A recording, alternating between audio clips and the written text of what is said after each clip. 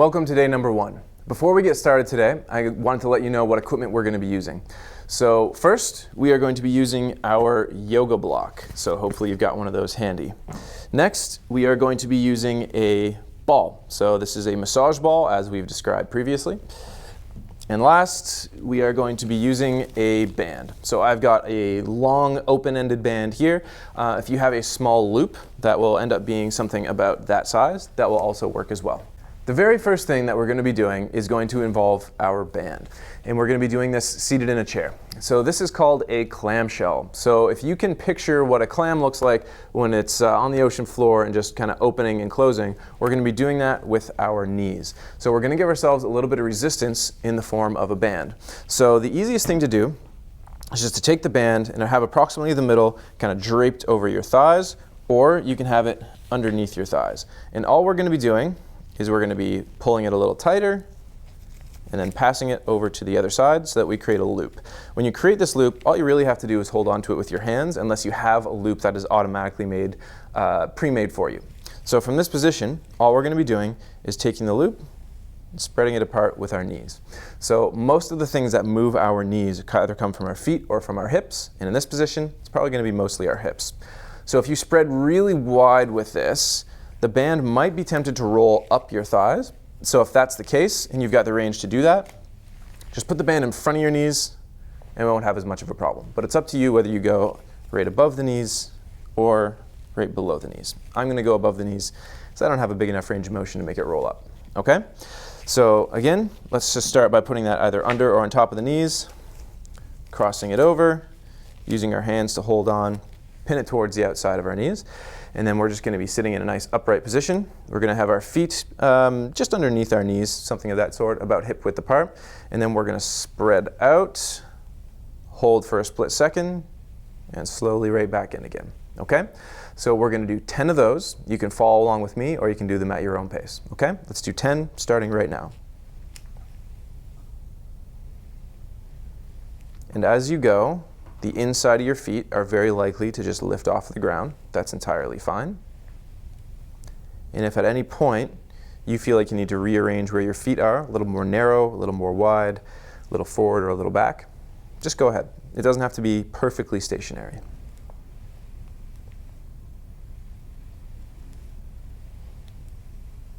And make sure you're going at a pace where you're going slow and controlled. It doesn't have to be as slow as you can go. We just want to make sure that you're not using your momentum to do it. You're using nothing but the muscles to do it. And I'm just going to do one more rep here. Good. So for today, that's all we're going to do with the band. We're just going to do one set of those just to see how our hips adapt to it. In future days, we might do 10 reps, take a break, and then do a little bit more. For today, we're only going to do one. The next thing that we're going to do is going to be essentially the opposite movement of the clam shell. So the clam shell, we have to force our knees open against resistance. With the next movement, we're going to use our yoga block, and we are actually going to squeeze our knees in against resistance. So unless you have some very specific equipment that will resist this kind of movement with a lot of movement in it, usually this is going to be isometric. And isometric just means that you're going to squeeze something, but you're not actually moving. You're just going to squeeze and keep using your muscles to pinch it. So if you have the yoga block, the width that we're likely to use is going to be the second widest. So this would be the thinnest, this would be in the middle, and that would be the widest. We have 3 widths. So we're going to use the second widest. We're going to go at about that length. If you're particularly narrow in the pelvis or you're a little bit wider in the pelvis, you're welcome to use the wider spot or you're welcome to use a particularly narrow spot. So you can judge that, but for most people, it's going to be the second widest in this location here. So we're going to get towards the front of our chair. Going to sit nice and upright, get our belly forward a little bit just to make sure that we're not slouching back. Get our belly forward. We're going to take the block, we're going to place it between our knees. It can go below the knees if you want, but it's usually more comfortable where there's more meat up in your thighs. And we're going to squeeze. So just actively squeeze into that now, and I want you to hold. So keep holding until I tell you to release, and I want you to actively squeeze the whole time. The reason we use a yoga block is because it has a little bit of give to it. It's a little more comfortable on the knees than squeezing things like books. Keep holding, and then relax. So some people might feel like their hip is going to cramp if they do that. That's fine. If at any point you feel like your hip's going to cramp, you can let go, you can move your hips around, see if you can get rid of it. Okay? We're going to do that one more time. So this time, go with your feet together, side by side, right underneath your knees, just to see if it changes much for you. And again, we're going to get that yoga block into place. And now I want you to actively squeeze. So pinch that block with your knees and keep pinching. Keep those muscles engaged. Don't just rely on friction to hold it there. Use your muscles to keep pinching and squeezing. Keep going, keep going, keep going, and then relax for me. Good. So the first exercise that we did, the clamshells, generally works a lot of the muscles on the outside of our hip, as well as a little bit up into our back and the front of our hip. When we use the yoga block, it tends to work a lot of our groin muscles on the inside of our thigh, which comes all the way up and crosses our hip in here, and a little bit of the front of our thigh as well. So the goal of a lot of these exercises is going to be to work on all of the muscles that are around our hips and get them moving in a lot of small little nuanced ways just to make them move really well.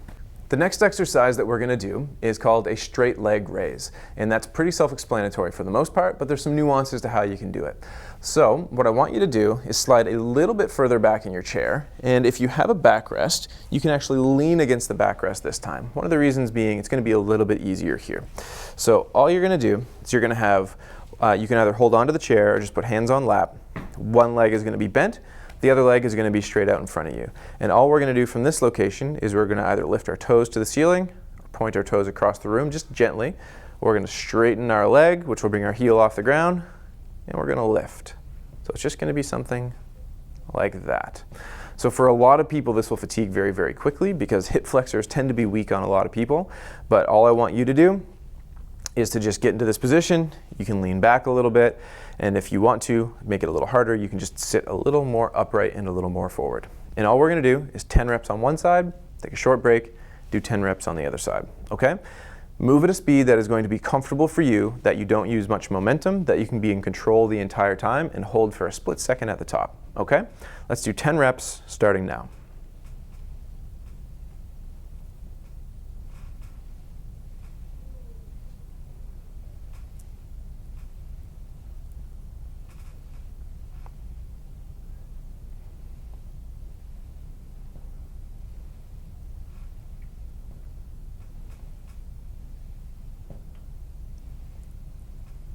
I've just got one more, and there's 10 reps there. Good. So that's relatively fatiguing for the hip for a lot of people. Don't feel the need to go into a really big range of motion. Just as long as you're using the muscles to lift it up, it will do a lot of benefit for the front inside of your hip. Let's get into the position to do the same thing on the other side. So one leg's going to be bent, the other leg's going to be out in front of you and relaxed, and we're going to do 10 straight leg raises starting now. And again, don't worry about raising it up too high. If you can try to get it up nice and high and it feels comfortable to do that, go right ahead.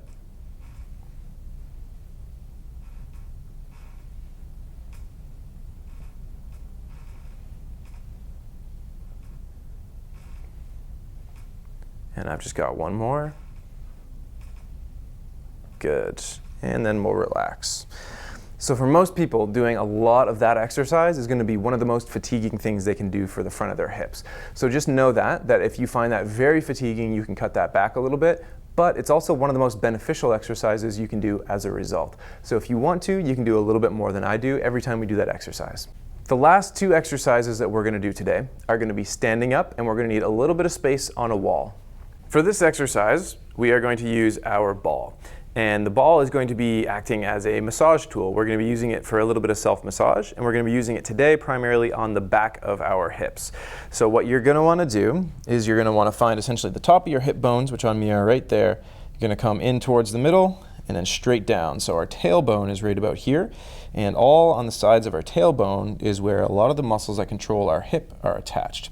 So what we're going to be doing is we're going to find these little spots in here, and we're going to massage it by putting the ball against the wall and then just putting a little bit of pressure into it. So for me, I'm going to find top of hip bones, come in a little bit, and then down. I'm going to start right about there, and that's the spot that I start for exploring. So it doesn't have to be perfect. There's no one spot. It's a pretty broad area. But now I've just got the ball against the wall, and I'm kind of using legs and pivoting my hips around to try to find some spots in those muscles that feel like they need some work. So for me, it's usually a little further out to the side than it is on the back, but we're going to be covering kind of the back, almost like the top and towards the midline of our butt cheeks, not down lower, just up to the top of them, and then a little bit out towards the sides as well. So once you get that ball into place and you feel comfortable with it on the wall, you can just spend maybe 30 seconds kind of rolling around, finding the tender spots, the ones that feel like they really need it. You don't want to be really pushing extremely hard when you're right on top of a bone. You're not going to do any damage. It might just make you a little bit sore, that's all. So there's really no point in really pushing onto a bone. If it's tender, it's because it's a bone, not because it's a muscle that needs work. So just be careful the first time you do it, not to really push in all those hard spots.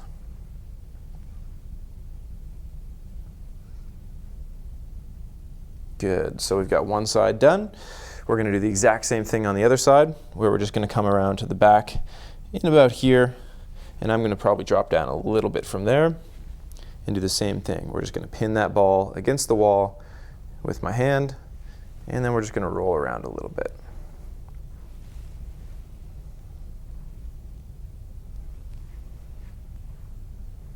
So generally speaking, if you drop the ball down and you move your feet away from the wall, it's going to put a lot more pressure into the ball. So usually I like to start with my heels just maybe 6 to 10 inches away from the wall, something of that sort. And then over time, if I want to put more pressure into the wall, then I'll walk away a little bit and lean a little bit harder. But for now, usually just along the outside and top of that butt cheek, which is what controls our thigh and our hip, that's all we're going for. And don't be surprised if there's some pretty tender spots in there. There's a lot of muscles in these areas that tend to get pretty tight as our hips age.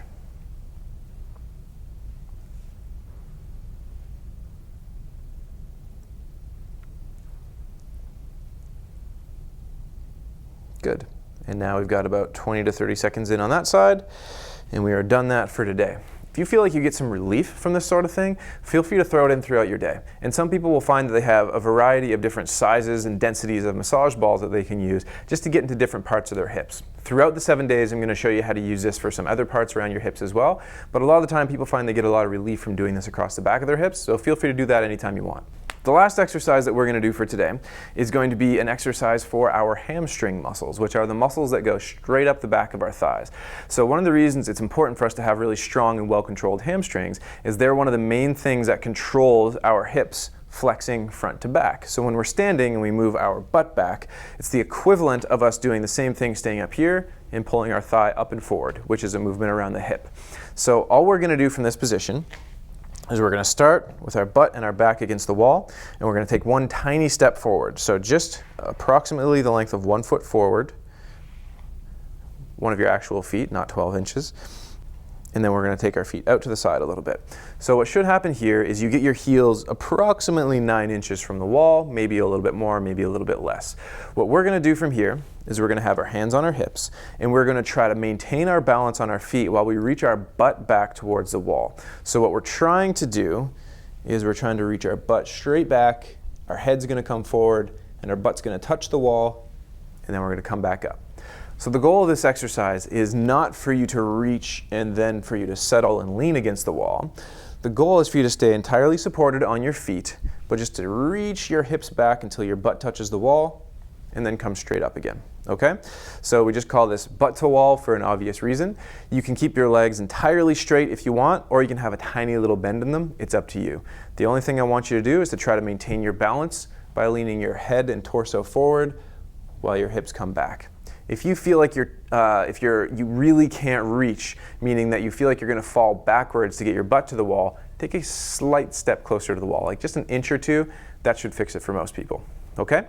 So from this position, hips are going to be a little bit wider than our feet are going to be a little bit wider than our hips.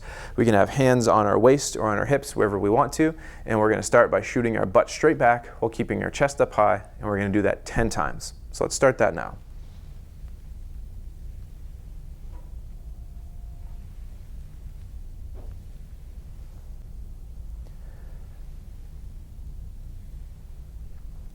And if you feel like you're not feeling much in your hamstrings, the back of your thighs, try straightening your knees a little bit more while you do it. You should get a little bit more of a stretch in them, and they'll do a little bit more work as a result.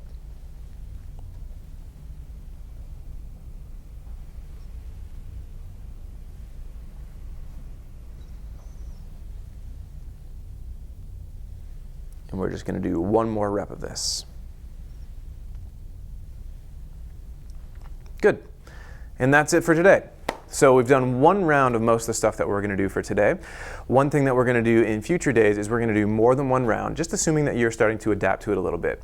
We're going to judge that based on what happens today. So if you feel like you're fine after today and you're not sore at all and everything's happy, feel free to do multiple rounds with me and even hit pause and do more rounds if you want to in future days.